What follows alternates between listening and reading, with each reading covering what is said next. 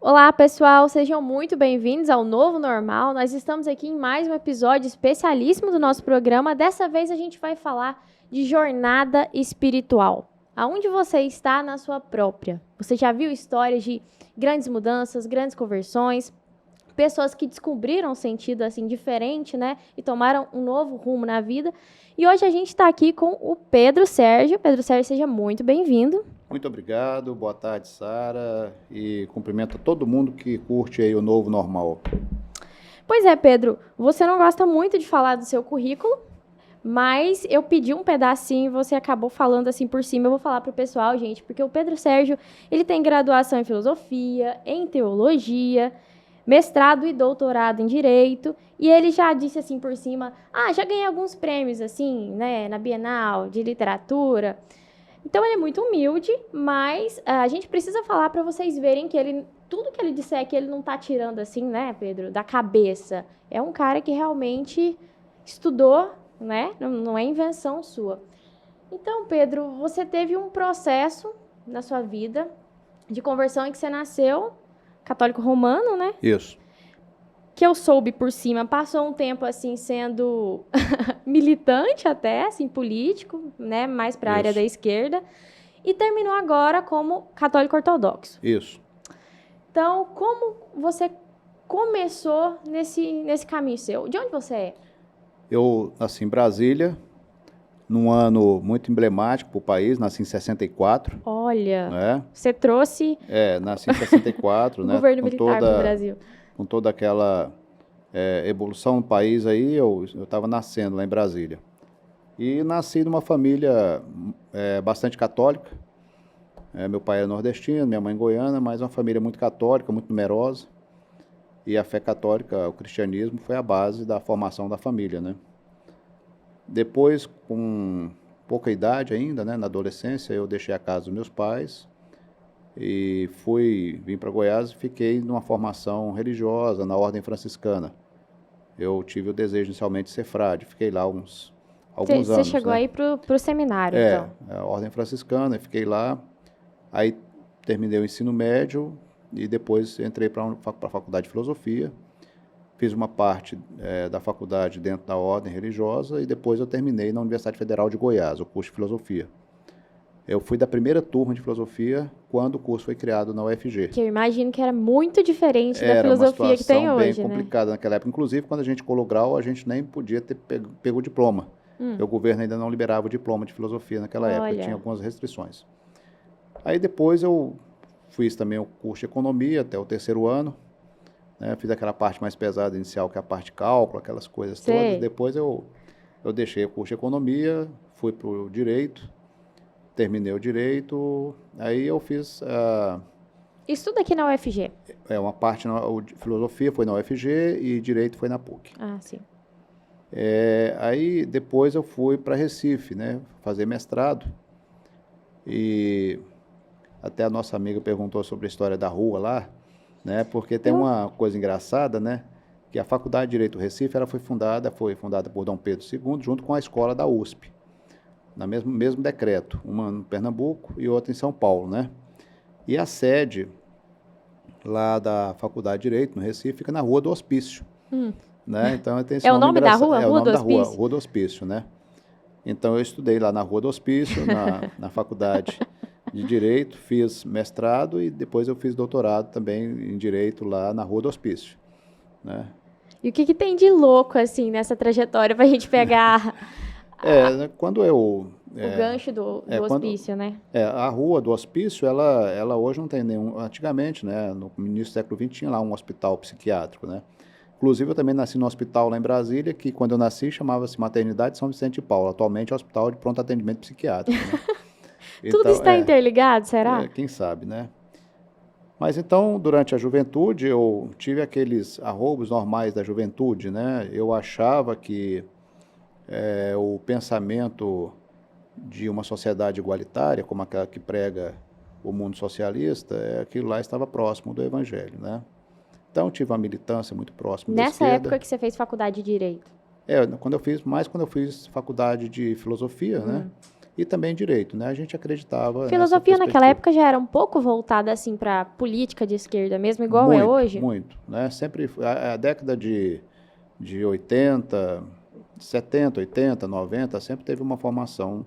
A área de humanidades é uma formação basicamente de esquerda, né? Eu sei Os como outros é, teóricos, fiz jornalismo na UFG. os outros teóricos são importantes para eles, como Weber, e todos os outros, mas assim, Mas praticamente, Marx é Deus. praticamente o aluno no curso de Ciências Humanas, ele estuda Marxismo 1, Marxismo 2, Marxismo 5 até o Marxismo 10. Nem Quer te dizer, conto, foi assim comigo. todas as disciplinas, elas são vistas pela ótica de Marx, de Gramsci, da Escola de Frankfurt. Então, Não, aquele ambiente é todo... é um ambiente voltado para isso. Então, isso na filosofia, isso acontece na filosofia, aconteceu também um pouco na escola de economia, na escola de direito, sempre essa mentalidade, né?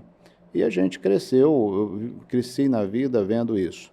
Só que depois a gente vai percebendo, né, que quando a gente tem certas raízes, certos valores, como é a fé cristã, uma coisa é incompatível com a outra, né? O cristianismo ele não é compatível com o marxismo. Isso é impossível, é como você querer juntar água e óleo, né?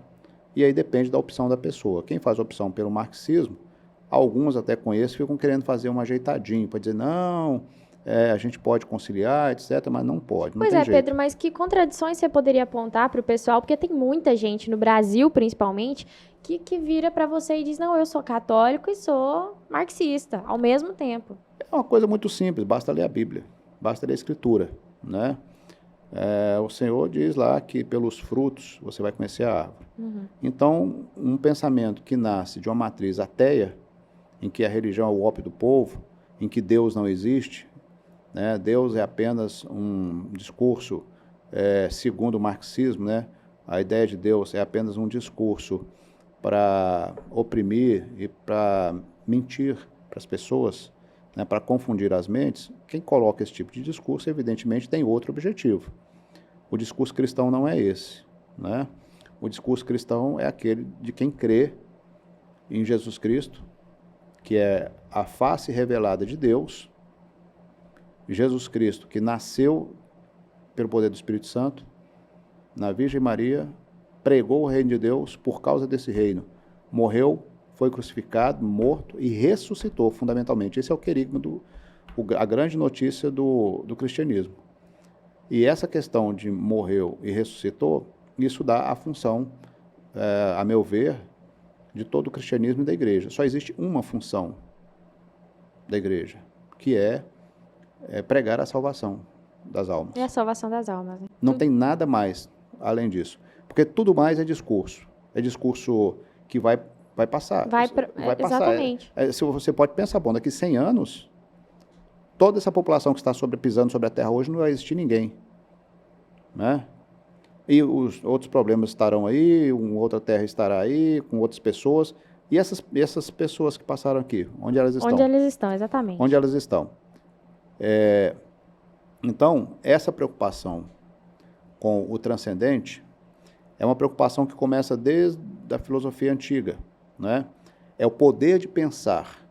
E isso está sendo retirado das gerações hoje, né? O homem, ele sempre pensou uma coisa que é muito interessante. Da onde eu vim, né? Quem me criou, por que eu estou aqui? Essa é a pergunta da origem. E a outra pergunta, para onde eu vou? Agora, quando você está vivendo uma geração em que as pessoas não podem pensar, exatamente, elas têm que pensar segundo os padrões determinados por certas linhas ideológicas. Por exemplo, essa questão da transcendência, para onde eu vou, já fica limitada pelo modelo marxista. É como se as pessoas tivessem hoje em dia uma viseira aqui, exato, né? Que a cosmovisão antiga era maior, você via a realidade como não só isso material que está aqui, esse livro, essa mesa, mas que a realidade era completa. Por exemplo, a religião seria o quê? Um deslumbre, uma visão mais ampla daquilo que era também realidade. Então, não é porque eu não estou vendo que não seja realidade. Correto. E outra coisa, o fato de você poder pensar, Ora, como é que você consegue conviver com regimes em que eles têm o Departamento da Verdade? Exatamente. Né? Regimes que criam o Departamento da Verdade. A partir dessa palavra, eu não gosto muito de usar expressões estrangeiras, mas isso entra no português, mas, por exemplo, a partir de uma expressão como essa tal de fake news, ou seja, notícias... Ninguém mais sabe o que é mentira. Eu vou falar notícias mentirosas, aí chega órgãos do poder público que têm até a capacidade de dizer que vão criar o Departamento da Verdade, para dizer o que é a mentira e o que não é. E tem gente com capacidade de bater palmas e falar parabéns, é isso mesmo. Vão criar o Departamento não da Verdade. Não vê o perigo de dar poder para esse pessoal. Meios de comunicação também, órgãos de comunicação, empresas privadas de comunicação que se arrogam como dono da verdade, escolas, né, de formação infantil e de ensino médio, de universidade, que também são donas da verdade, e todos esses que vão sendo donos da verdade têm uma política totalitária de dizer, e é uma coisa muito interessante, que o transcendente a gente não mexe. Exatamente. Por isso que você diz, né, que existe essa contradição de água e óleo entre religião, principalmente catolicismo, cristianismo e marxismo. Porque o marxismo, ele promete o paraíso aqui, não entrega, ele né? Todas Nunca as entregou, religiões, né? Mas promete. Ele quer extinguir todas as religiões, ele quer extinguir o judaísmo, o Islã, o cristianismo, todas, né? Entrou no campo da religião. Há pouco tempo atrás eu estava olhando uma revista Veja, antiga, lá em casa, e eu vi uma foto, uma ilustração da época do Mao, né? Do Mao Tse-tung lá na China. A Revolução Cultural foi uma grande desgraça para a China. Mas me impressionou a imagem porque o Mao era representado com um monte de criancinhas atrás, todas vestidas com as mesmas roupas, padrão, parecendo que era um coro, alguma coisa assim, e tinha umas luzes atrás, eles estavam assim fazendo movimento de braço, parecendo um certo tipo de louvor. E aí eu observei com um amigo meu que estava perto, assim, cara, a ideologia, o comunismo, assim, pra gente falar assim, por cima, ele é ateu, ele não aceita uma visão religiosa, mas parece que ele se veste de culto. Ele se transforma Você pode verificar que quase todo país de linha marxista, eles criam a idolatria cultuam o seu líder. Então, quando você pegar Fidel em Cuba, é um culto a Fidel. Chávez, tem todo um culto a Fidel, estavam até rezando o Pai Nosso, todo alterado. Agora há pouco tempo lá na Venezuela, né, criaram um Pai Nosso próprio por Chávez. Você sabe que na China Coreia, tem que ter a foto do Xi Jinping antes da cruz de Cristo, então, em todas as igrejas. Na Coreia, também tem um culto na Coreia do Norte lá, o presidente. O corpo do Lenin está lá para ser ainda visitado. Então, há uma idolatria, a substituição do pensamento teológico de Deus pela substituição desses homens. Né? Exatamente. Quer dizer, cria um culto à personalidade muito ruim, né? Isso aí... Esses ideólogos, parece que eles aparecem falando assim... Não, porque Deus é uma imagem que vai te oprimir.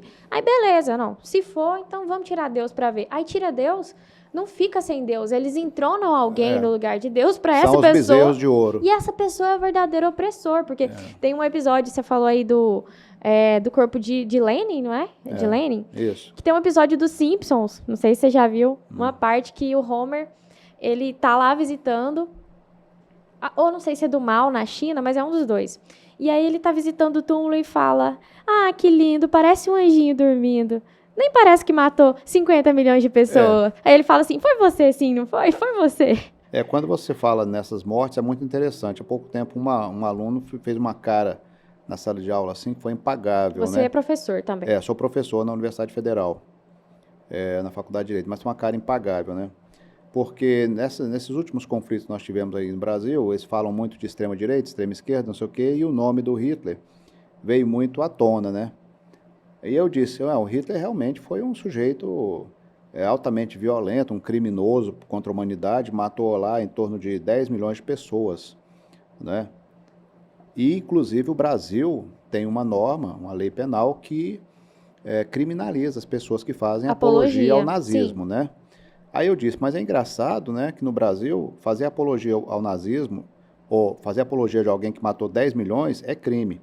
Mas você sair na rua com a camisetinha do Stalin, do Mao Tse-tung, do Fidel Castro, do Che Guevara, de um bloco que matou mais de 100 milhões de pessoas, isso aqui é um dado objetivo. Acho que sim, você está jogando por baixo, né? O marxismo, a ideologia marxista, impregnada nesses países, na Rússia, na 13 China... 13 milhões Holodomor. Né? Eu já ouvi falar em entre 60 e 80 na China. Pois é. Aí você Então, soma a Alemanha.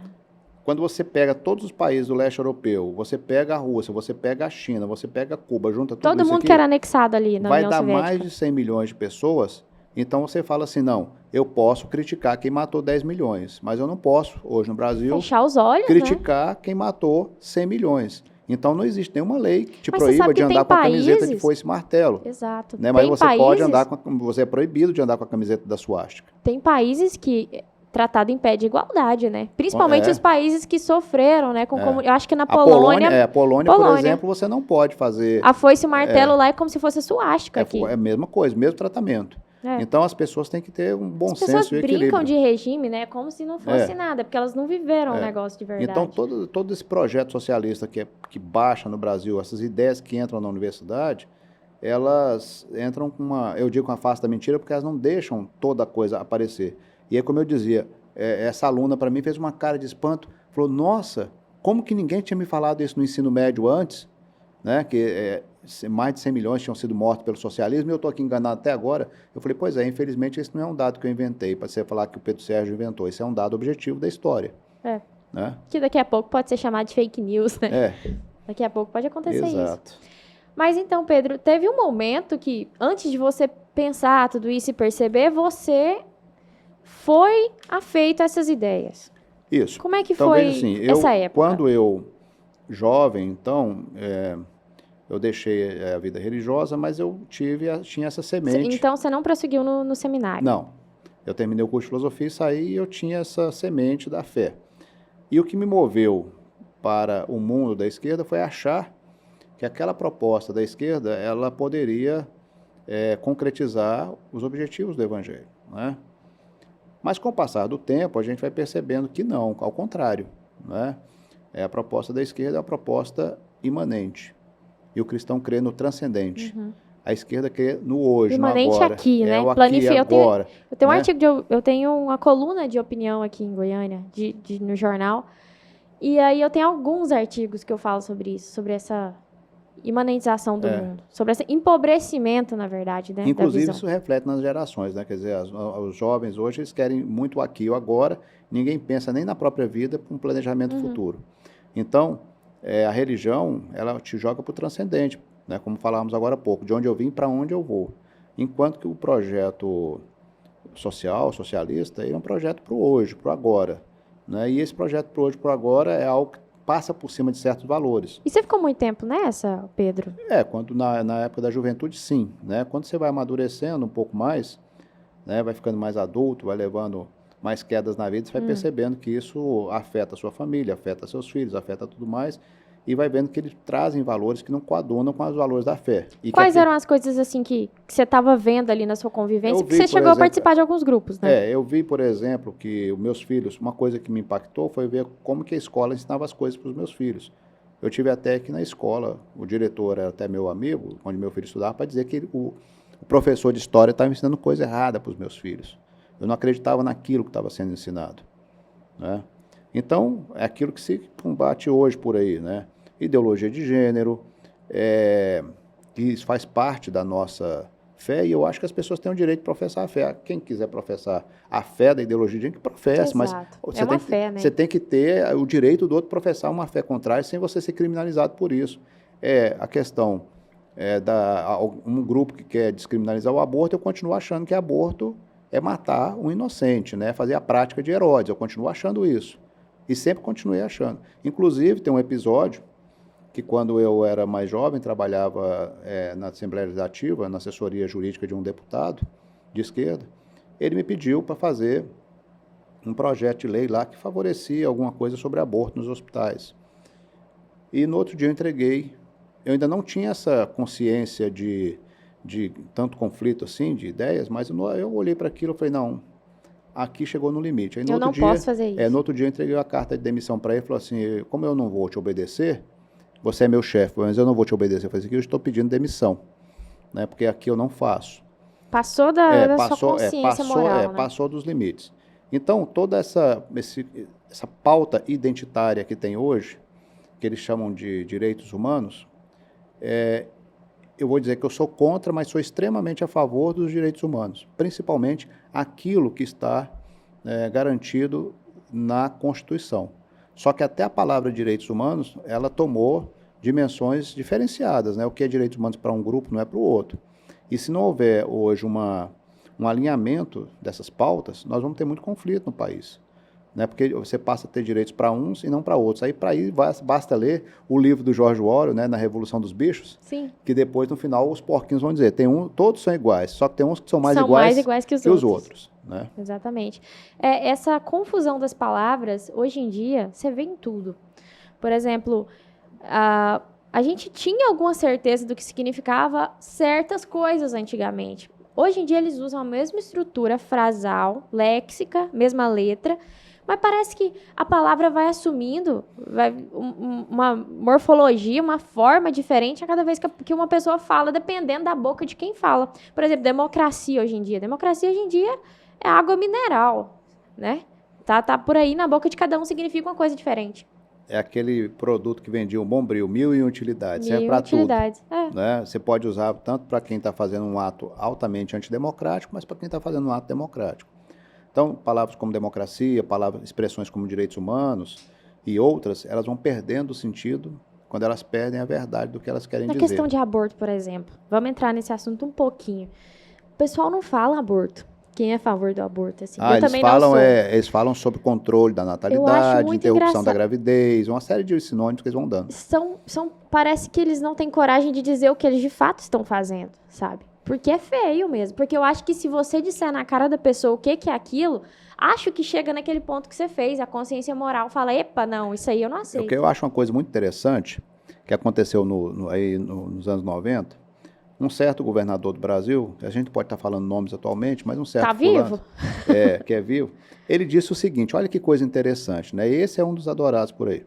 Ele disse que se o governo aprovasse a descriminalização do aborto, ele acabaria com boa parte da violência no estado dele, que já mataria o bandido na barriga da mãe. Aquelas moças que são negras, faveladas, de pouco acesso à escola e tudo mais, na concepção dele, quando essa menina fica grávida lá no baile funk, para ele já está gerando um bandido automaticamente. Esse indivíduo não tem liberdade para decidir se ele vai agir bem ou mal na vida. E esse sujeito fez a proposta, né, para o presidente então, que se fizesse esforço no Congresso para que o aborto é um cara do Sul, fosse liberado. É um cara do Sul? É um desses governadores aí do Sudeste famosos aí nessas operações. Sim. Aí ele disse que, olha, o aborto, se for liberado, eu resolvo o problema aqui do Estado a curto prazo, que vou matar o bandido na barriga da mãe, né? Principalmente o bandido que é filho de uma negra, de uma favelada, etc.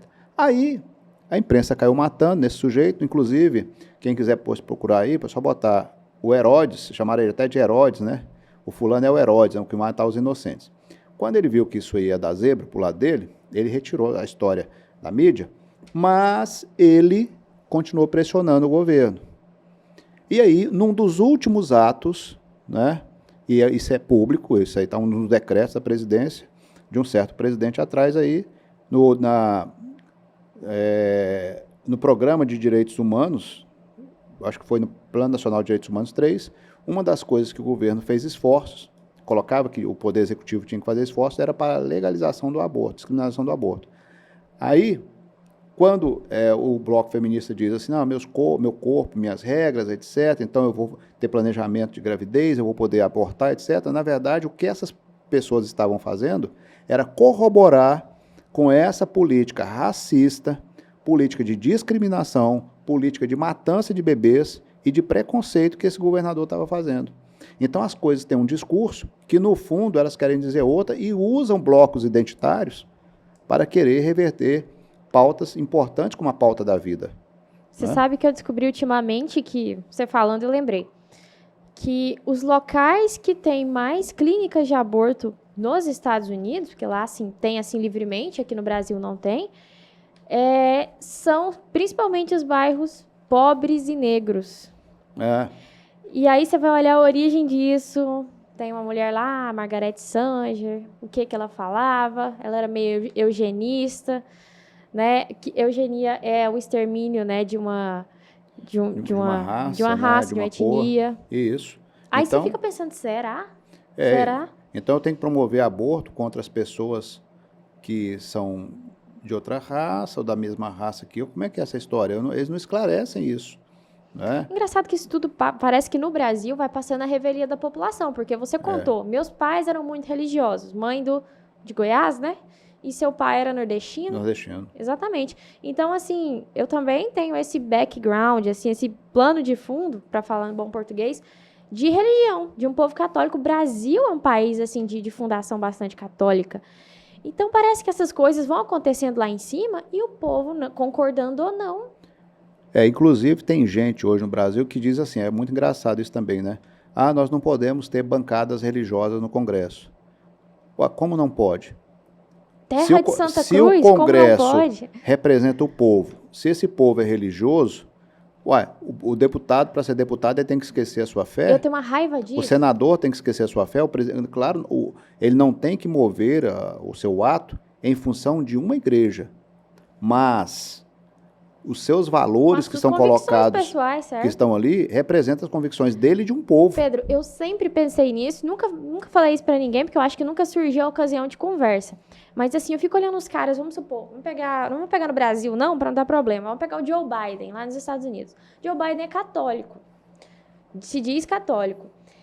E aí, pessoalmente, eu sou contra o aborto. Mas uma vez na cadeira presidencial, ele move mundos e fundos contra aquilo que ele diz que é princípio dele. E aí eu fico pensando, por que tem essa história? Hoje em dia as pessoas pensam que você tem que se anular quando você vai para a vida pública, que a religião não é permitida na vida Porque tem pública. gente que acha que a sua... Quase que eu derrubo o microfone. Tem gente que acha que a sua postura religiosa, ela termina na hora que você coloca o pé fora da igreja no dia de domingo. Então, na rua você é uma coisa, na igreja você é outra. Isso é o que eu chamo de vida religiosa esquizofrênica. Você tem duas personalidades, Exato, né? você é bipolar. A personalidade da rua é uma, e a personalidade dentro da igreja é outra. É mais ou menos também como aquelas pessoas aí que eu conheço muito aqui no movimento de esquerda, que fazem discurso contra machismo, pró-feminismo, etc., bate na mulher e ainda é processado na Lei Maria da Penha. Mas vai para cima do palanque lá dos partidos aí que são identitários, né? Exatamente. E falam contra a violência da mulher, eles falam contra o estupro, falam contra uma série de coisas, depois você vai vendo essas pessoas fazendo a mesma coisa que estão pregando. Existe um pensamento estúpido, muito estúpido, na minha opinião, de que parece que na vida civil, bonitinha, burocrática, certinha, limpinha, não se pode entrar crença, não se pode entrar fé, só porque isso faz parte da pessoa. Eu ficava pensando que se um dia eu entrasse em qualquer coisa da vida pública, eu nunca iria me anular, porque esta sou eu. A pessoa sabe que está elegendo a pessoa por completo. Exato, isso aí é o que eles chamam hoje, também criaram uma palavra para isso. Nós falamos da palavra da fake news, agora criaram também um outro grupo de palavras, que é aquela chamado grupo das coisas politicamente corretas. Então, o tal do politicamente correto, você tem que se enquadrar conforme esses grupos ideológicos identitários pensam. Se você não faz isso, você não é politicamente correto e, portanto, você é um ser que deverá ser cancelado. Né? Então, pai, mas parece que tem um compêndio de temas proibidos. Tem um compêndio de coisas que são demonizadas. E uma delas é a fé. Logo num país... A religião Exatamente. Há hoje um segmento sério no sentido de excluir a fé. E o Brasil é um país sociedade. fundado com a missa. Você lê a cena de Pero Vaz de Caminha, né, que ele descreve para o Dom Manuel, lá de Portugal, como é que foi, né, os primeiros dias de Brasil, de encontro de portugueses e indígenas. Não tem uma coisa assim, pelo menos naquela descrição, não, de que... Não, e ainda você fala assim, não, eu vou esquecer que portugueses chegaram aqui e que essa religião, alguém vai dizer para você, um antropólogo, não, essa aí é a religião do colonizador, a religião do colonizador. Tudo bem, mas os indígenas não tinham religião? Exatamente. Eles tinham religião. Então, a religião é uma coisa inerente ao ser humano. Ao ser humano. O ser humano é um ser religioso. Seja o indígena, seja o africano, seja o português, quando chegou aqui, eles trouxeram religião. Posteriormente, os imigrantes trouxeram religião também. Todo povo que você for observar, antropologicamente falando, eles têm alguma noção do sobrenatural, Exatamente. do além. Quando a gente estava falando no começo, que você disse que os antigos tinham uma visão de vida eterna, eu lembrei que eu estava lendo o escrito de Platão, se eu não me lembro, qual que é o depois que Sócrates é executado? É Criton ou Fédon, um dos dois. Sim. E aí, você não vê a origem da ideia que Sócrates, né, estava para morrer, a descrição do que ele disse antes de morrer lá com os alunos dele. E você vê que ele já tinha uma noção de que ele iria para algum lugar e ele tinha, além disso, a noção de que ele iria para algum lugar que era melhor do que aqui por conta da conduta dele.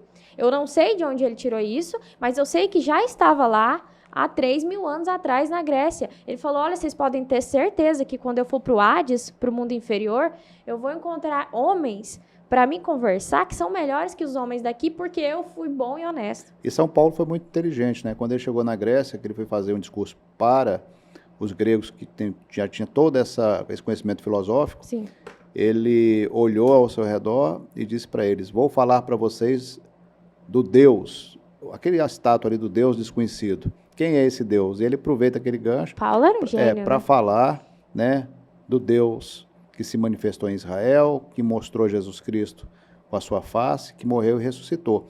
E olha como é engraçado, no final desse discurso, na praça, lotada, ele foi tomado como um louco. Então ele escreve é muito interessante, né, em Coríntios, quando ele fala que o cristianismo é uma loucura, né, a loucura da cruz. As pessoas foram embora, dizendo que ele era um cara meio biruta. Realmente louco.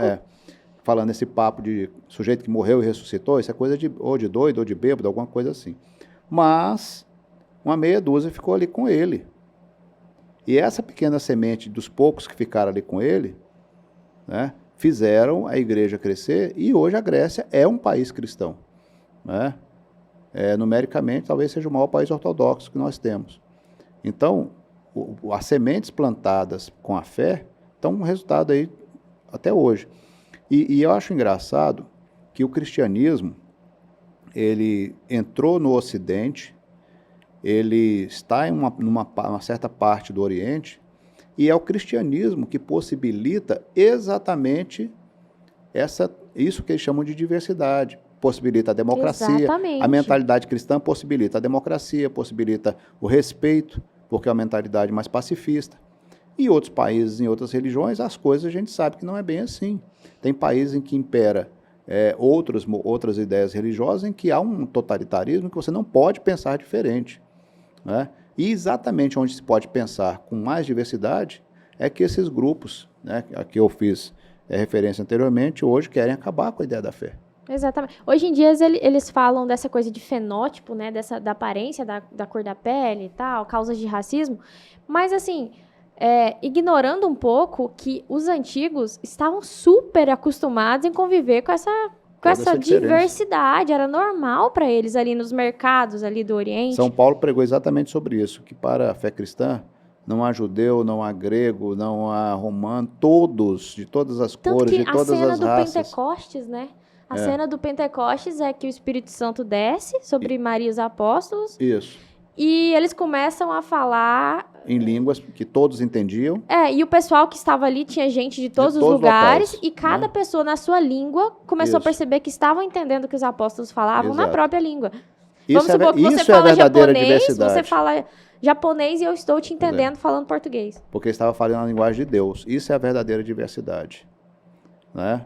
Então, a diversidade não é transformar o homem daquilo no que ele não é, mudar as pessoas daquilo que não são, mas a verdadeira diversidade é acolher a todos como filhos de Deus. Podem dizer que o Brasil tem origem de uma opressão, a fé do Brasil ela é opressiva, porque veio com o colonizador europeu, português, branco, loiro, do olho azul, só que, voltando àquele assunto que eu tinha tocado rapidamente da descrição da descoberta, existe uma cena muito bonita em que eles estão construindo uma cruz, existe um grupo de marceneiros, assim, no nau deles, no barco, e os marceneiros vão construir uma cruz, os índios ficam pedindo para ajudar a construir, e quando eles vão erguer a cruz, os índios ajudam a erguer, por eles mesmos, os portugueses não pediram isso.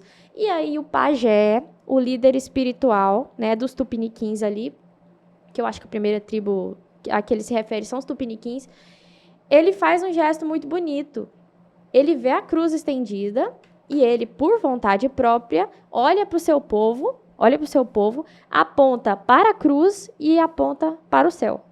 Né? Olha para o povo e olha a cruz e o céu. Então, ele está dizendo que tem uma ligação ali. Então, eles também eram povos religiosos e isso não foi uma opressão, eles tinham realmente curiosidade. sobre isso. E quem disse que os povos também não têm que conhecer outras situações, não têm que evoluir? Vou dar um exemplo, não é? Se eu acredito em Deus, se o Senhor lá no Evangelho de Mateus me diz assim, vai a todos os povos, prega o Evangelho e batiza todos em nome do Pai, do Filho e do Espírito Santo. Eu tenho que ir a todos os povos. Eu não posso fazer essa exclusão de nenhum. Aí eu olho, por exemplo, para certos grupos indígenas do Brasil, em que existe hoje uma polêmica, se pode ou se não pode entrar um grupo religioso dentro de uma aldeia, né? E eu mesmo já fiquei fazendo trabalho em algumas aldeias, trabalho religioso, mas como eu trabalhava na universidade numa área de antropologia, eu fui lá fazer alguns trabalhos que a universidade pediu. Eu percebi algumas situações. Então, por exemplo, existem grupos no Brasil, grupos indígenas, que acreditam ainda que, por exemplo, se uma mulher tiver filhos gêmeos, né, uma dessas crianças tem que morrer, para a outra ficar viva e saudável. E você olha para aquela comunidade, é uma comunidade que está se acabando na população, numericamente. Então é importante que estivessem mais indivíduos naquela comunidade. Então, aí existe todo um trabalho dos antropólogos lá da universidade para convencer aquela mulher que não tinha que matar o bebezinho. Eu acompanhei um caso que depois esse bebezinho teve que ser tirado dessa aldeia, levado para outra aldeia, porque se ficasse ali ia matar. Né? Eu acho que todo grupo humano ele tem tendência a desenvolver coisas boas e coisas ruins, né? Mas eu acho que quando você vê uma coisa que é melhor para o humano, não tem essa de que, eu tô oprimindo. Não, você tá ajudando a pessoa. Você tá ajudando, você tá levando uma luz. Exatamente, se você levar tudo pro lado da tal opressão, exato, né, muita coisa pode acontecer de errado. Foi isso que o cristianismo fez no início dele, quando surgiu ali na Europa. Tem um historiador que eu perdi o nome dele, é Francisco alguma coisa. Eu vou lembrar depois e deixo o nome aqui. Ele era ateu, ele continua ateu durante os estudos dele, mas ele percebeu que depois, né, ali no começo da igreja, nos primeiros 3 séculos, a qualidade de vida no Império Romano subiu extremamente por causa da presença do cristianismo. As mulheres eram bem tratadas, não eram obrigadas a fazer abortos que elas não queriam, as crianças, os pais estavam mais presentes, então assim... Entrou aquela coisa do amor Atos dos mesmo. Apóstolos mostra isso. Os cristãos eram diferentes dos outros, porque as pessoas olhavam e diziam, veja como eles se amam. Mas não, exato. Dividem as coisas, têm tudo em comum, ou seja, eles cuidavam uns dos outros. Não é uma diferença para oprimir, mas é uma coisa que vem para melhorar a vida da pessoa. Todo ser humano. E todo ser humano merece isso, né? Viver melhor. Exatamente. Por exemplo, teve uma vez na faculdade que uma colega católica falando que não, porque ela estava criticando algo que ela tinha visto nas redes sociais, que era um grupo de religiosos católicos indo para um lugar da África cuidar, né, daquele povo que passa necessidade e também cantando musiquinha de Jesus e tal. E ela falando, não, porque não pode chegar lá. E eu fico pensando, mas você é religiosa? Porque se você é religiosa, o seu Cristo, você disse que... Ela tem uma frase assim, Jesus é legal, o fã-clube é que atrapalha. Aí eu falei, não, beleza, se você acredita nesta pessoa que é Jesus, ele foi lá e falou, ide pelo mundo inteiro. Ele não falou, vai para todo mundo, mas pula a África. Ele não falou, vai para todo mundo, pula a África. Ele falou, veja pelo mundo inteiro, pregar o evangelho a toda criatura. Deve ser, porque isso era bom para o ser humano, né? E aí, eu falei isso para ela, que não faz sentido você não poder ir num lugar, levar alguma coisa que não é uma imposição, mas se a pessoa quiser aceitar, é melhor. E aí, tem uma coisa muito interessante que está acontecendo na África hoje em dia, que é o lugar que está mais convertendo ao catolicismo no mundo hoje em dia, a África. E não é por motivos de pessoas que vão lá para pregar. Estão acontecendo aparições milagrosas em muitos países da África. Por exemplo, na Ruanda, tem uma história, tem um livro que chama... Eu esqueci o nome, é um rapaz que via Nosso Senhor Jesus Cristo e tal, chama Sagatacha o nome do rapaz, mas é a história de Ruanda. E está acontecendo isso muito, aparições milagrosas. Então, o que eu pensei? Cara, o povo não pode ir, porque se for é colonização espiritual, mas e se o próprio Jesus aparece lá? O que esse cristão vai falar? Jesus, você não pode ir lá também, não? Porque é colonização religiosa. Você não pode... falar da sua religião, você não pode falar de Deus, porque você é criticado, mas você pode falar de ideologias. Exato, tem coisa que então, pode, eu né? posso falar de ideologia e não posso falar da fé? Ora, Se as coisas não estão sendo impostas, você usou a palavra muito bem, eu prestei atenção no seu verbo, as pessoas não estão impondo as coisas, mas eu posso apresentar. Quem quiser adere, quem não quiser não adere. A prática cristã sempre foi a da apresentação. Paulo, que foi o grande pregador da igreja, e Pedro, eles nunca impunham nada a ninguém. Eles falavam, pregavam. Quem tinha ouvidos para escutar aquilo e queria aderir àquilo, ótimo. Quem não queria, também foram muitos os relatos de gente que deixou para lá. Né?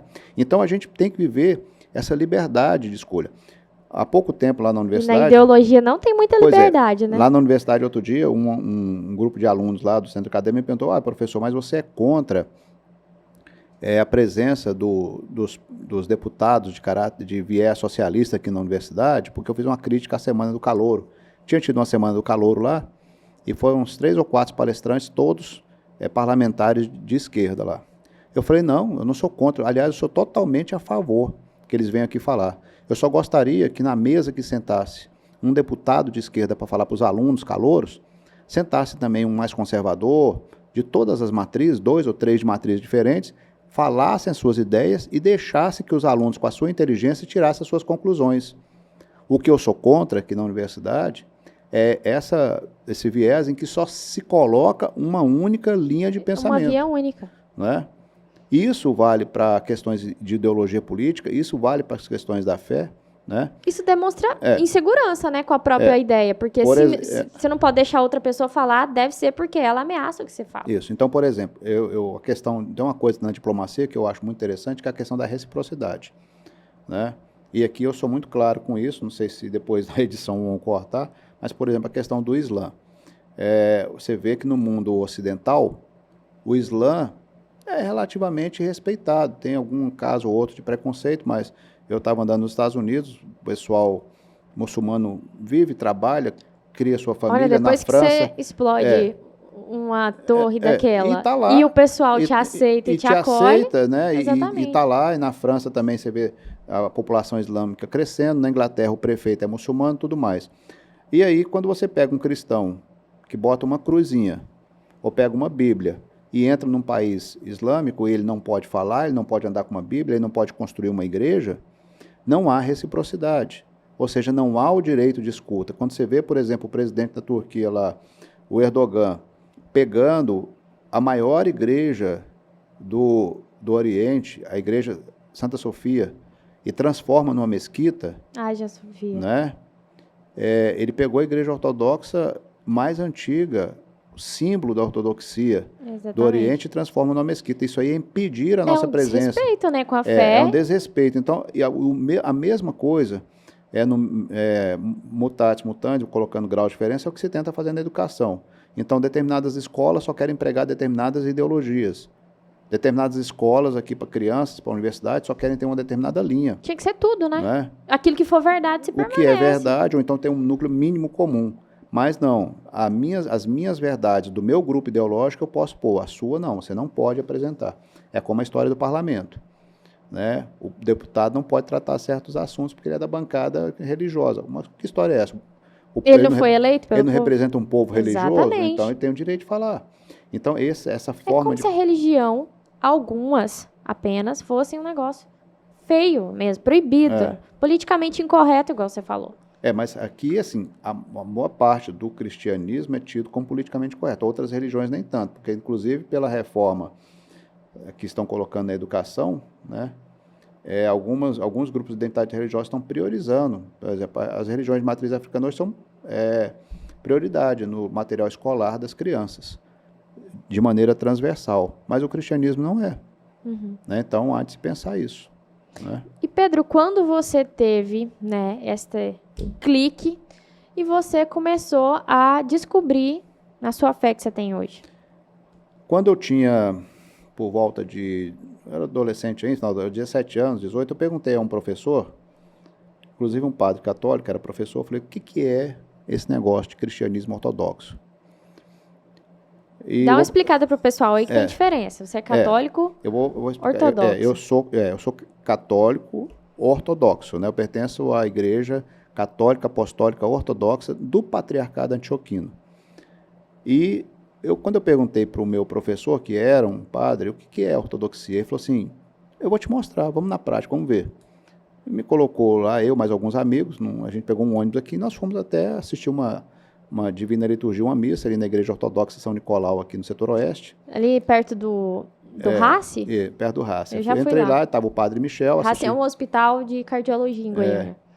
E aí entrei na igreja, estava o padre Michel, que já é falecido, estava celebrando a liturgia, e eu achei aquela igreja muito interessante, cheia de ícones, são quadros, né? São quadros com as figuras de Jesus, Maria, Dos apóstolos. Os apóstolos, achei aquela igreja uma liturgia um pouco diferente e tal, e aquilo ficou na minha cabeça. E eu comecei a ler esporadicamente. Me situa no tempo aqui. Quando foi isso, mais ou menos? Eu tenho 58 anos, então deve ter sido uns 42 anos atrás, por aí, né? 41 anos. Foi? Você era novinho, assim? Era novinho. Aí aquilo ficou na minha cabeça, né? Aquela imagem, aquelas coisas. E por curiosidade, só por curiosidade mesmo, sempre que eu achava um livro sobre o assunto, eu lia uma coisa. Mas a literatura ortodoxa no Brasil, ela é muito escassa. Agora que está aparecendo alguma coisa, mas era muito escassa. Até porque a Igreja Ortodoxa ela veio para o Brasil só para atender comunidades de imigrantes. Então, por exemplo, tinha um pequeno grupo de imigrantes da Rússia, no sul, aí aparecia um padre lá para atender os russos. Comunidade árabe. O pessoal do Raci mesmo, é árabe, comunidade árabe, que são ortodoxos, aí vinha um padre para atender a comunidade árabe. A comunidade dos poloneses. Então, quando eu fazia comunidades... Tanto que a rua dessa igreja é a República do Líbano. Exatamente. Então, o padre ele vinha para o que nós chamamos de um atendimento só para aquela comunidade. Não tinha esse caráter missionário de abrir para todos, né? Então a literatura era pequena, era um caráter só de manutenção daquela comunidade. E isso foi aí várias décadas. A Igreja Ortodoxa está presente no Brasil há mais de 100 anos, mas era sempre assim, com esse viés de dar... Aquele Kelman que apareceu na televisão. O padre Kelman, ele não é... Ele é dessa religião ou não? Eu vou explicar um pouco agora sobre isso aqui, né, para entender. É o seguinte, vou explicar o que é a Igreja Ortodoxa para depois falar do padre Kelman. Uhum. Vamos pegar o fenômeno lá primeiro de Jesus, né? Jesus, então, nasce, se revela como uma face humana de Deus, prega o reino de Deus, nasce da Virgem Maria, concebido pelo Espírito Santo, morre crucificado, e depois ressuscita. A ressurreição de Cristo é o grande fenômeno da nossa fé. Depois, Pentecostes, o Espírito Santo, como você mesmo falou agora há pouco, ele dá aquela força para que os apóstolos saiam e comecem a fazer a pregação de Jesus pelo mundo. E logo no início da igreja, nos primeiros séculos, 5 grandes igrejas foram fundadas, 5 grandes núcleos da fé foram fundados. Primeiro, evidentemente, Jerusalém, Alexandria, no Egito, Antioquia. Se você abrir o Evangelho, abrir o Atos dos Apóstolos, capítulo 11, versículo 26, nós somos a única igreja que tem certidão de nascimento, que está lá, que fala o seguinte, que foi em Antioquia que pela primeira vez os discípulos de Jesus foram chamados de cristãos. Sim. E quem fundou Antioquia foi Pedro e Paulo. Então, a nossa igreja é tão apostólica como qualquer outra de Roma, Então, quem fundou a nossa igreja foi Pedro e Paulo em Antioquia. Né? E foi lá que pela primeira vez os discípulos foram chamados de cristãos. Então vamos recapitular. Jerusalém, Antioquia, Alexandria, Constantinopla, que hoje é Istambul, que está na Turquia, e Roma. Né? Eram as 5 igrejas que, digamos assim, eram sedes patriarcais e que dali emanavam as demais missões. Essas igrejas, elas viviam em comunhão, não existia superioridade sobre elas, os patriarcas se respeitavam e eles tinha o Papa, que na época chamado Patriarca de Roma, como o primus inter pares, ou seja, o primeiro entre os iguais. Era um representante, mas não um superior hierárquico. E todas as vezes que a igreja se defrontava com problemas, no início, eles chamavam uma reunião dessas igrejas, né? Essa igreja chamada de reunião, e essa reunião é chamada de concílios. E esses concílios foram dando as bases da fé, a doutrina, porque, enfim, Jesus aparece, mas todo o corpo doutrinário da igreja não apareceu do nada. Ele foi sendo formado.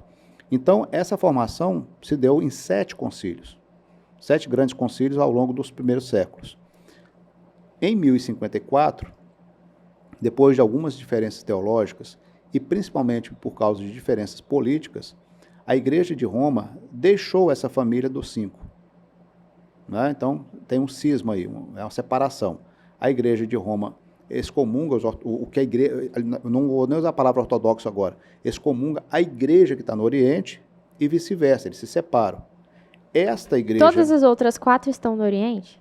Como é que é? Então, as outras 4 são Jerusalém, Antioquia, Alexandria e Constantinopla. Estão lá, né, no Oriente Médio, na Europa, na Grécia, naquela região toda ali. Bom, aí o que ocorre? Roma ficou sozinha no Ocidente e cresceu para o Ocidente.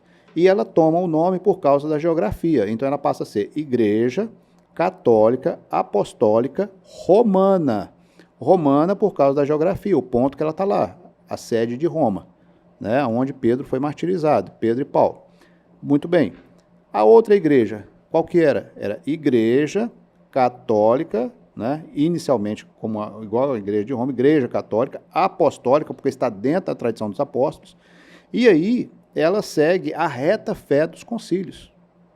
Essa reta fé, ou seja, a reta doutrina, então em grego é orto, orto é reta, doxa é doutrina, igreja da reta doutrina, então passou a usar a denominação Igreja Católica Apostólica Ortodoxa. Por isso que o nome ortodoxia, hoje em dia, a gente usa para dizer que é alguma coisa que é...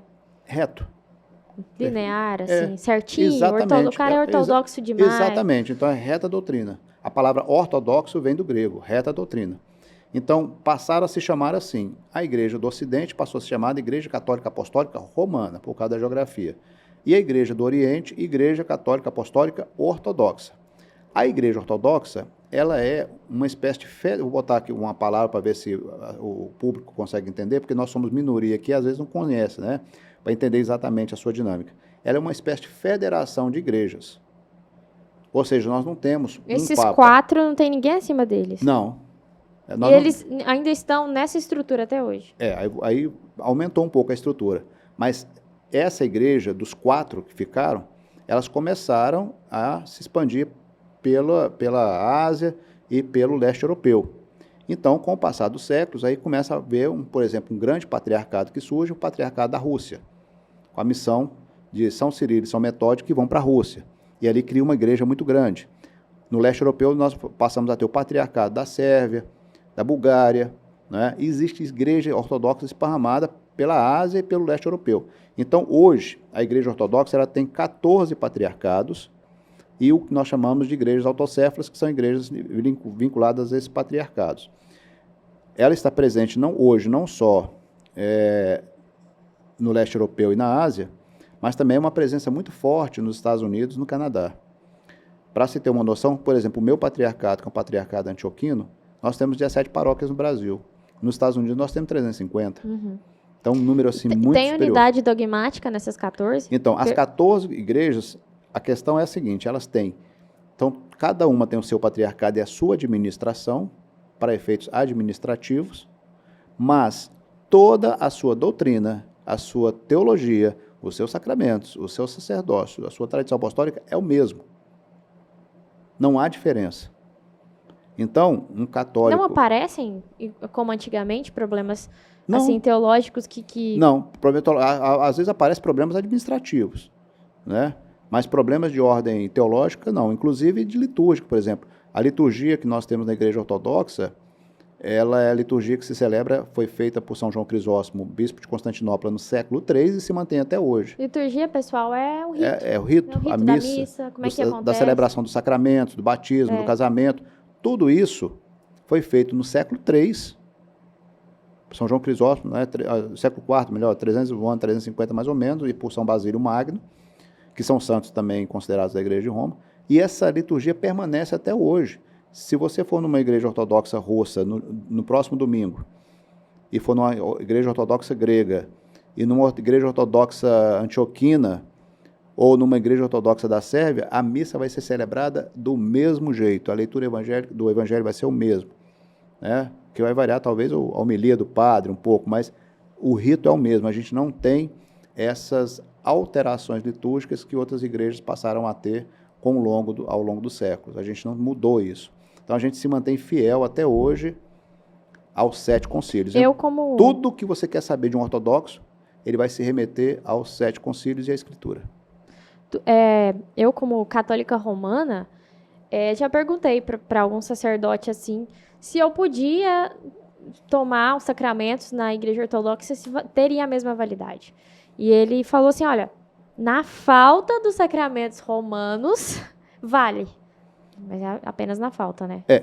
Isso é uma coisa muito engraçada pelo seguinte, no Concílio Vaticano II, que foi uma reunião da Igreja Romana da década de 60, eles suspenderam a excomunhão que eles tinham contra os ortodoxos e eles declararam isso unilateralmente, né?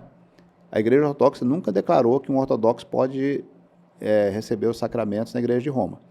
Certo? Eles se excomungaram quando teve o cisma do Oriente, né? Um excomungou o outro. Mas a Uma igreja excomungou a outra. mas a igreja ortodoxa hoje, ela vê a Igreja Romana como uma igreja irmã, não tem essa questão de estar excomungada nem nada. Porém, não há uma doutrina Mas dentro não reverteu a Mas não- excomunhão. Não, ela não tem uma doutrina para dizer que o ortodoxo pode ou deve receber os sacramentos na Igreja de Roma, certo? Mas a Igreja de Roma unilateralmente diz para os seus fiéis que se eles estiverem em um local onde não há padres da Igreja de Roma, eles podem excepcionalmente confessar, receber os tomar sacramentos na Igreja Ortodoxa, né? Mas isso é uma declaração unilateral da Igreja Romana, né? O fato é que entre as igrejas ortodoxas, os vários patriarcados, nós temos a mesma unidade de credo e de fé. E a Igreja Ortodoxa, ela talvez a grande igreja do martírio do século XX. Nós temos mais mártires no século XX, da Igreja XX e XXI, do que se você juntar toda a perseguição romana. Então, por exemplo, a quantidade de cristãos ortodoxos que morreram na Rússia, na mão dos comunistas, no leste europeu, né? Toda a perseguição que houve, destruição de igrejas, de universidades ortodoxas, monastérios, conventos, seminários, material bibliográfico queimado, pessoas colocadas no campo de concentração. Mas é por causa da questão geográfica, principalmente, né? Era a igreja que estava lá. A igreja que estava lá matou milhões de pessoas, o comunismo. Aí, quando... Nesse ponto a gente tá junto, eles mataram você, mataram a gente. Se for olhar na Polônia, parece que 30 mil padres do clero foram mortos, do clero romano. Mas quando acabou essa matança dos comunistas contra os ortodoxos, aí pensamos assim, agora vai dar um alívio, né? Aí começou aquele extremismo islâmico no Oriente Médio, que no Iraque, na Síria, principalmente na Síria, milhares e milhares de cristãos para eles deve ser muito complicado morar naquela região. Ortodoxos sendo mortos, né? Até hoje nós temos uma perseguição muito grande. Então, por exemplo, a nossa igreja aqui em Goiânia, por causa da guerra na Síria e tudo mais, a gente virou um ponto de referência para a imigração. Então a gente acolhe pessoas que vieram da guerra, pessoas que estão lá para aprender português, têm uma nova profissão, né? Aqui no Brasil, entrar no mercado de trabalho. É uma igreja que acolhe sistematicamente a imigração. E não só a imigração do Oriente Médio, mas como nós começamos a acolher o imigrante, ali hoje nós recebemos imigrantes que vêm da Venezuela, com aqueles governos lá que oprimem o povo fugindo da Venezuela, acaba chegando em Goiânia, a gente acolhe lá na igreja. Ali tem imigrante cubano, venezuelano, tem do Haiti, tem de todo lugar gente que vem para as nossas igrejas. Em São Paulo, a nossa catedral está em São Paulo, a grande catedral, né? Está lá no bairro do Paraíso. Quem quiser conhecer é só lembrar, quando eu morrer eu quero ir para o Paraíso. Então, quando pega o metrô em São Paulo, desce na estação do Paraíso, a hora que o trem abre a porta, está de frente à igreja. De frente à Catedral do Paraíso. Então, as nossas igrejas são um referencial para as pessoas que são imigrantes no Brasil. Né? Eu tô vendo que você está usando um boné, galera, não é do MST mais, isso ficou no passado. É um boné com a cruz, né? Que inclusive é a mesma cruz que está no seu peito. Essa cruz aqui é uma cruz ortodoxa bizantina, né? Ela tem nas suas extremidades mais uma cruzinha e uma cruz ortodoxa que ela tem um bracinho normal da cruz, em cima aonde estava aquela plaquinha, né? Colocada Jesus, e embaixo mais uma cruzinha, um bracinho onde estava os pés do Cristo, né? Então é a cruz ortodoxa. E o boné aqui, né? Esse aqui, tem alguns bonés que a gente usa na igreja. Esse aqui tem uma cruz, também igual essa daqui. Aqui está em português, eu sou Uso boné também porque sai no sol careca, queima a cabeça, dói Mostra tudo, pro né? pessoal o que está escrito Então atrás. aqui Pra essa está câmera escrito ali. aqui, sou ortodoxo, e atrás está escrito uma expressão bem ortodoxa. Kyrie eleison. Kyrie Né? eleison. Kyrie eleison é uma palavra, expressão Isso grega. a gente conhece também. Na romana. Essa expressão grega quer dizer, Senhor, tem piedade de nós, né? Para ser mais extenso, é Senhor, tem piedade de mim que sou pecador. Isso faz parte de uma tradição ortodoxa, que é a tradição do cordão de oração, né? O cordão de oração é como se usa lá na igreja romana um terço, a gente tem um cordão de oração. Esse cordão, às vezes, ele é longo, 100 nós, 200 nós. Esse aqui, é o cordão? Esse aqui é um pequenininho. Posso ver? Pode. Esse é o pequeno, né? Um pequeno que está de... Esse cada, é de pulso. O que seria pra gente, cada conto que a gente fala? É a continha. Esse aí é feito com nós. Ave Maria também? Como é que é? Essa oração é exatamente essa aqui. Em cada nozinho desse, um cristão ortodoxo vai dizer: Senhor Jesus Cristo, Filho de Deus Pai, tem misericórdia de mim que sou pecador. Kyrie eleison. Resumindo, isso aí é Kyrie eleison, né, no grego. Então, Senhor, tem piedade. É isso que o ortodoxo reza. Qual é essa imagem que está impressa nessa cruzinha aqui? Essa imagem que está colocada na cruzinha aqui é a imagem da Virgem com o menininho, né, que é a imagem do Monte Athos, né? O Monte Athos é um local, uma península na Grécia, onde nós temos ali uma concentração muito grande de monastérios, e é como se fosse uma república independente, assim como o Vaticano é uma república, é um estado dentro do território italiano, e tem esse tratado de ser considerado como um estado. Nós temos também no mundo ortodoxo o Monte Athos, que está na Grécia, e ali nos monastérios, os monges, é um local vedado para a entrada de mulheres, fica só os monges, tem mais ou menos 2.500 monges, eles governam aquele espaço ali, e aquele monastério, aliás, aquele espaço é dedicado à Virgem Maria, né? E ali a tradição de séculos e séculos da formação espiritual da Igreja Ortodoxa, centrada lá no Monte Athos, da nossa vida espiritual. Os monges rezam o dia inteiro, trabalham e ficam naquela vida. São Bento, ora e labora. São Bento, ele vem da tradição dos monges do Oriente, né? As primeiras regras estavam no Oriente, né? Santo Antão é um dos primeiros. Posteriormente, lá pelo século VI, V para VI, aparece São Bento na Europa, que fez uma regra que é muito importante e fundou todos os mosteiros na Europa. Venerado pela Igreja Romana também, bastante. São Bento aprendendo da tradição dos monges do Oriente, porque a primeira vez que aparece essa ideia de vida monástica foi exatamente eles saindo das cidades no Oriente e indo para o deserto, no Egito, né, e na Palestina.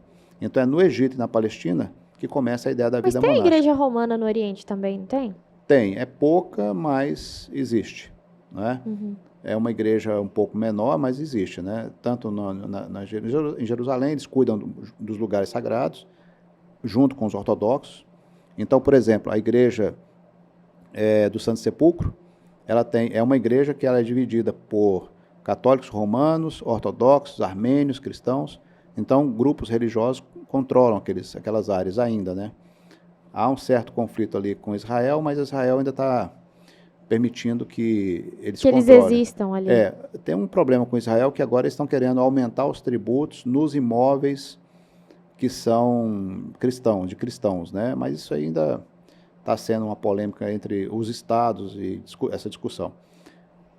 No Iraque, na Síria, no Egito, né, nós temos uma presença forte dos cristãos ortodoxos e a gente vê como sofre, né? Aqui e acolá a gente vê explosões de igrejas, perseguições, massacres, e o povo resiste ali, né? A fé ortodoxa Vocês ainda ali. proclamam santos hoje em dia, novos santos, santificações? Claro, a igreja ortodoxa ela tem também todo o processo de canonização, né? Inclusive, um dos países hoje que mais tem gerado santos para a ortodoxia, os Estados Unidos. Então, uma Teresa de Calcutá, por exemplo, que ela é canonizada na Igreja Católica, ela não é santa na visão de vocês? Não, o que aconteceu com relação à questão canônica dos santos? Os santos que existiam em comum até 1054, eles são comuns para as duas igrejas. Inácio de Antioquia. São João Crisóstomo, São Basílio, Jerônimo, então todos esses pais da igreja até 1054, eles são santos comuns para as duas igrejas. Depois de 1054, aí cada igreja toma seu rumo. Né? Então, por exemplo... Não tem um caso de alguém que é santificado pelas duas? Não tem como, né? Mas aí não tem, né? Não tem Porque como, ele, porque ou tem ele que é ser de da uma ou de religião. outra, né? Exatamente. Agora, hoje nós temos muitos santos, inclusive santos mais novos, agora do século, uns que estavam no Monte Athos na Grécia, gente que estava no Canadá, gente que estava nos Estados Unidos, na Europa, gente muito santa, né? Fundadores de monastérios, e nós temos, assim, leigos, mártires. Se você pensar que aquele que dá a vida pela sua fé, né, que deu a vida pela sua fé na mão dos comunistas e na mão dos extremistas islâmicos, foi martirizado, que é um santo, quantos que nós tivemos agora nessa época? Exatamente, gente. Não sei se vocês sabem esse dado sobre as igrejas católicas, ortodoxa e romana, mas a crença é que se você pode estar em estado assim de vida terrível, você pode ser a pessoa mais, né, errada do mundo. Se você morre em defesa da fé, a crença é que você vai para o céu, né, direto. O que é a palavra martírio? A gente pensa que martirizar é matar. Não, martirizar não é matar. A palavra martírio é uma palavra que vem do grego, que quer dizer testemunhar, testemunho. Então, é uma pessoa que deu testemunho da sua fé com o seu sangue. Pessoa que preferiu morrer a negar a fé. A negar a fé.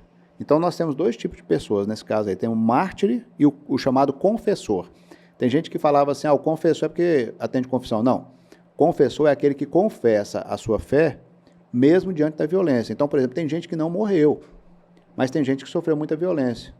Então, teve gente, por exemplo, que falou assim, vou cortar seu braço. Você nega a Cristo, senão vou cortar seu braço. Pode cortar. Né? Vou cortar sua língua, vou São te botar cego. Dionísio, vocês têm... Dionísio, né? Vocês também têm veneração com São Dionísio? São Dionísio, o Areopagita. São Dionísio perdeu a cabeça e a tradição conta que o corpo dele, sem cabeça, pegou a própria cabeça e andou por muitos quilômetros até cair no lugar onde hoje é construído. Hoje existe a igreja em honra, né, da sua memória. Esse fato de você testemunhar a sua fé se dá de várias maneiras. Você pode testemunhar simplesmente pregando, falando para as pessoas e vivendo de modo autêntico o cristianismo. Você pode testemunhar, no caso do martírio mesmo, de ser morto, né? Ou pode ter opções de vida, como foi o caso, por exemplo, de uma santa muito famosa da igreja, Santa Maria do Egito, Maria Egipsíaca. Uhum. É uma santa que era uma jovem, inclusive é interessante porque ela contraria, eu acho muito interessante para esses dias atuais, porque ela contraria tudo que o mundo prega, né? Ela era uma moça muito bonita, de uma família com certas condições abastada, financeiras, né? E ela resolveu se prostituir. Ela não se prostituía para, coitada, porque ela precisa comer. Não, ela queria se prostituir porque ela queria o prazer do sexo, pronto, simplesmente, só por isso. Uhum. Então ela queria. E era muito bonita, então ela entrou nessa vida da prostituição. E aí ela ficou alguns anos ali nessa história da prostituição.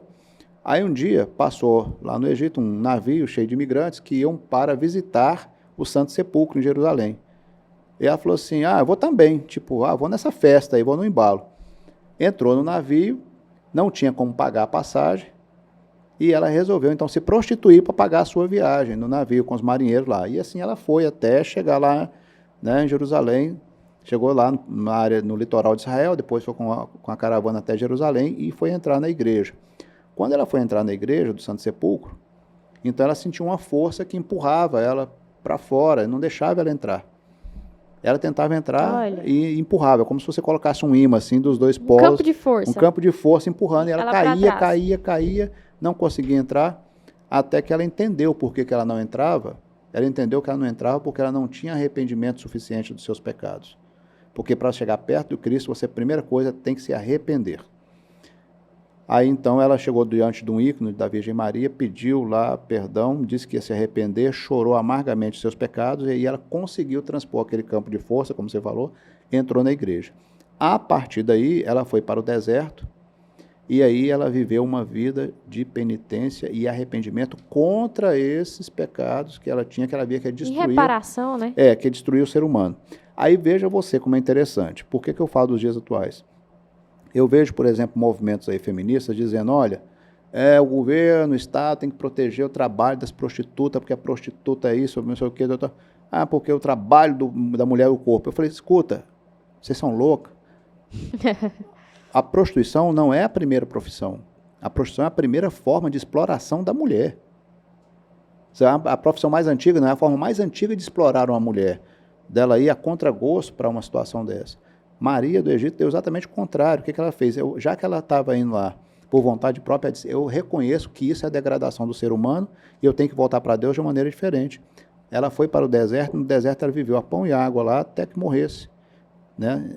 Revendo essa vida de pecado. Hoje em dia tem um pensamento meio bobinho, né? Porque como se, não, é porque a pessoa quer, então isso não vai fazer mal para ela, como se isentasse as consequências. É o fato, será que ela Mas sabe isenta, todas as consequências disso não daí? isenta, todo mundo sofre do mesmo jeito, querendo fazer alguma coisa ou não. Então, eu acho interessante que você pega uma das coisas que mais oprime a mulher, essa situação, e transforma isso numa profissão, e depois ainda vai dizer que você tem que legalizar algo que é opressor.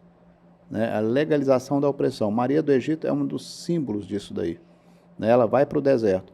Então, ir para o deserto, para a fé cristã antiga, é você dizer assim, eu renego esses valores desta sociedade e eu digo que eu posso ter outros valores.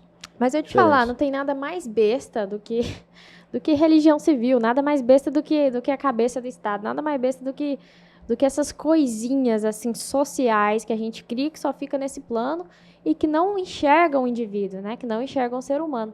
A gente está chegando perto do nosso final, Pedro Sérgio, e você gostaria de falar, tô com um livro seu aqui, do livro pra gente, Liturgia das Horas. Esse foi um livro que eu escrevi já há alguns anos atrás. Mostre para a câmera ali, ó, o pessoal vê.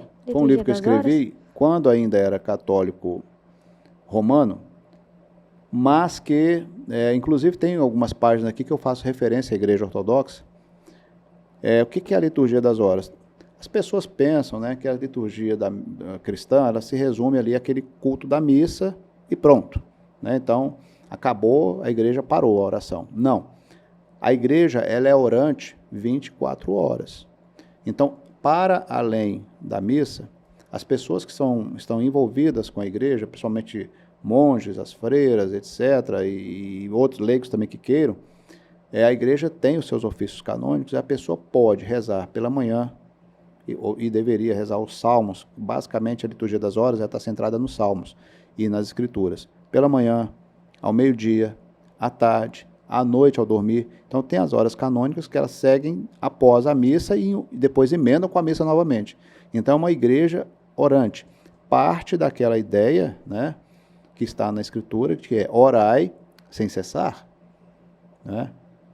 Eu não posso estar toda hora, então, com o livro dos Salmos na mão. Eu não posso estar toda hora orando porque eu tenho que trabalhar, eu tenho que fazer outras coisas. Existem orações mais simples. Por isso, a gente está aqui, já tínhamos falado do cordão de oração agora há pouco. Às vezes eu posso estar dirigindo o carro e eu não estou com um livro na mão, né, de um salmo, da escritura, mas eu posso estar dizendo uma oração extremamente focada em Deus. Me lembra São José Maria Escrivá, né? Mas ele não deve ser santo para você, né? O São José Maria Escrivá. São José Maria Escrivá teve uma vida de santidade inquestionável. Ele, como fundador da Opus Dei, ele fala da santificação no mundo do trabalho. No dia a dia, né? Então, você pode ter uma vida em que o seu trabalho não é dissociado da sua fé. Essa é a ideia de São José Maria de Escrivá. E é a ideia de todos os santos outros ortodoxos. Um monge ortodoxo, ou um cidadão que não é monge, ele está no seu trabalho e ali ele tem que viver com fé. Né? Ele tem que capinar, ele tem que fazer um trabalho de pedreiro, de médico, de professor, seja qual for, ele tem que dar o testemunho de cristão, porque ele vai ser um profissional diferenciado. Hoje, por exemplo, eu fui a um hospital pela manhã com o padre, o hospital do Estado, visitar doentes, e a gente visitava doente aqui e acolá, de repente chegaram umas jovens vestidas lá com aquela roupa hospitalar, com máscara, eu não sei identificar exatamente qual a área delas. Aí falou assim, por favor, padre, vamos ali, abençoa a nossa sala, reza conosco um pouquinho. Olha que interessante. Você vai lá para rezar com o doente, o profissional da área de saúde, que é um profissional cristão. Mas o que ele não passa ali? Né? Ele passa situações todos os dias com aquelas pessoas doentes, pede para ser abençoado, pede para fazer uma oração, então ele mostra que ele é um profissional diferente. Ele é diferente. E a pergunta é, ele tem o direito de ser diferente nessa sociedade? Exatamente. Né? Porque o testemunho do cristão é o amor, igual você falou. É o amor. Se não for, realmente fica sem sentido, né? Fica sem graça. Tem que ser Tem que ser essa base. E é essa base, verdadeiramente. Nós, né, na Igreja Ortodoxa, que no Ocidente somos minoria, né, no Oriente é a maior igreja, a maior manifestação cristã. Aqui nós somos minoria, mas hoje a Igreja Ortodoxa, ela é uma igreja que ela não é mais só aquela chamada que eu falei no início, só aquela chamada igreja de manutenção. Hoje é realmente uma igreja de missão. Então, aqui em Goiânia, nós temos uma igreja que está lá na República do Líbano, Igreja São Nicolau, né? O nosso padre é o pároco... São Nicolau deu um tapa na cara de um cara durante o concílio, nos né? Nos concílios as coisas eram pesadas, né? Não era negócio santinho, não. Os caras se batiam mesmo lá não ali. Tinha a história do politicamente correto, não. As coisas, o pau quebrava feio lá. São Nicolau que é o Papai Noel. O Papai Noel deu um tapa na cara de um sujeito no meio do concílio, que também era bispo, né? Bispo. Nós temos, então, aqui a Igreja São Nicolau, que o nosso pároco é o padre Rafael Magul, proto-presbítero. Em Anápolis, Paróquia São Jorge, está lá o padre Firaz. Em Brasília, Paróquia São Jorge, no Lago Sul, que temos o padre Agápios. Também tem uma igreja ortodoxa grega em Brasília e uma igreja ortodoxa russa em Brasília. Essas igrejas, além da comunidade em geral que pode procurar a igreja, nós também temos um apoio ao corpo diplomático que mora em Brasília, de muitos ortodoxos que frequentam lá. E aqui em Goiás, além dessas igrejas, temos em comunidades em Araguari, Catalão, em Minas Gerais, né, em Araguari, que a gente dá assistência, e Ipameri também, uma paróquia nossa que foi reconstruída e está funcionando. Então, são essas as igrejas ortodoxas no Centro-Oeste, né, aqui do Centro-Oeste e Araguari. Temos a Catedral em São Paulo, paróquias no Paraná, Rio de Janeiro, e outros patriarcados também no Nordeste. No Brasil, é uma igreja que está, pouco a pouco, se abrindo e recebendo fiéis. Como eu falei agora há pouco, nos Estados Unidos hoje nós somos alguns milhões já, com diversos patriarcados atuando. Catolicismo lá de modo geral, né? Que está crescendo muito. Eu sei que os romanos já são 70 milhões de pessoas nos Estados Unidos. É muita gente. Nós vivemos essas crises de para um país protestante, né? É muita gente. Estão voltando para esses cultos mais tradicionais. Olha, há uma coisa interessante que quando eu me converti, eu tive a sensação, quando eu me converti para a ortodoxia, eu já escrevi um pouco sobre isso, já falei com minha esposa, a sensação que eu tinha assim, voltei para casa. Essa expressão está na minha cabeça, está voltando para minha casa. Aí depois eu fui ler outros que se converteram, pessoas que se converteram no início do século XX, no metade, fui lendo convertidos mais recentes, outros livros, ninguém combinou nada com ninguém. Mas a frase que aqui e acolá aparece nesses livros, nesses escritos quando eu me converti, parece que eu voltei para casa. Então, é quando a gente encontra a reta fé, como eu falei, a ortodoxia, a reta fé, você encontra estabilidade, né? Que acho que é uma coisa que a sociedade contemporânea não tem. Tudo é muito volátil, fluido. Uma coisa que a igreja ortodoxa tem é estabilidade. Se você está na igreja ortodoxa, você sabe tudo que vai acontecer, sabe qual é a doutrina, e daquilo ela nunca se afastou, que são 7 concílios. Ela tem estabilidade. Pedro, muito obrigada, Pedro Sérgio, por estar aqui conosco, por falar da sua experiência pessoal e também do seu conhecimento, né? Estou à sua disposição, à disposição do programa aqui, desse podcast, à disposição de perguntas das pessoas e dizer que, né, esses cristãos meio estranhos que estão aqui no Ocidente, né, esses ortodoxos, são cristãos de portas abertas para receber todos que queiram conhecer um pouco da fé ortodoxa, dos pais da igreja, das origens da igreja. Isso aí, Pedro. Muito obrigada a vocês que acompanharam a gente aqui durante todo esse tempo de conversa, né, sobre esses assuntos muito profundos, muito interessantes. Eu sei que você ficou curioso também sobre a igreja ortodoxa. Eu vou continuar com Roma, mas admirando, né, a igreja ortodoxa. Muito obrigada e fique conosco. Até o próximo episódio.